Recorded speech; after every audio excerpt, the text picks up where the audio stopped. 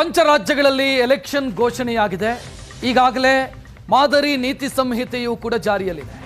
ಇದರ ಬೆನ್ನಿಗೆ ಪೊಲೀಸರು ಚೆಕ್ ಪೋಸ್ಟ್ಗಳಲ್ಲಿ ತಪಾಸಣೆಯನ್ನು ತೀವ್ರಗೊಳಿಸಿದ್ದಾರೆ. ಈಗ ಒಂದು ಅಪ್ಡೇಟ್ ಸಿಗ್ತಾ ಇದೆ. ದಾಖಲೆ ಇಲ್ಲದೆ ಸಾಗಿಸ್ತಾ ಇದ್ದ 2,34,00,000 ರೂಪಾಯಿ ಜಪ್ತಿಯಾಗಿದೆ ತಮಿಳುನಾಡಿನ ಗಡಿ ಭಾಗದಲ್ಲಿ.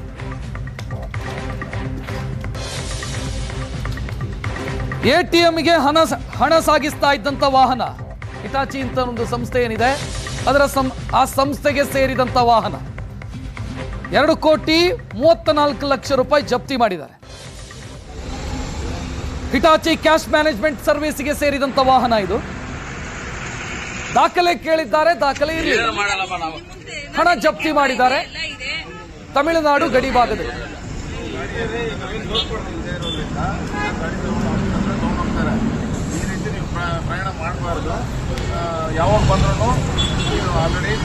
ಹಿಟಾಚಿ ಸಂಸ್ಥೆ ಎಟಿಎಂಗಳಿಗೆ ಹಣ ಸಾಗಿಸುತ್ತೆ, ಎಟಿಎಂಗಳಿಗೆ ಹಣ ಹಾಕುವಂತ ಕೆಲಸವನ್ನ ಈ ಸಂಸ್ಥೆ ಮಾಡುತ್ತೆ.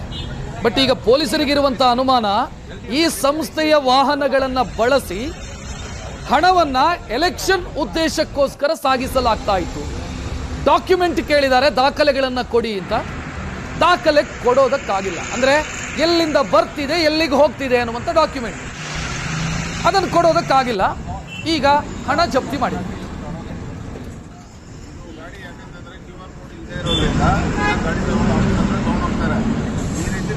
ಪ್ರಯಾಣ ಮಾಡಬಾರ್ದು, ಯಾವಾಗ ಬಂದ್ರೂ.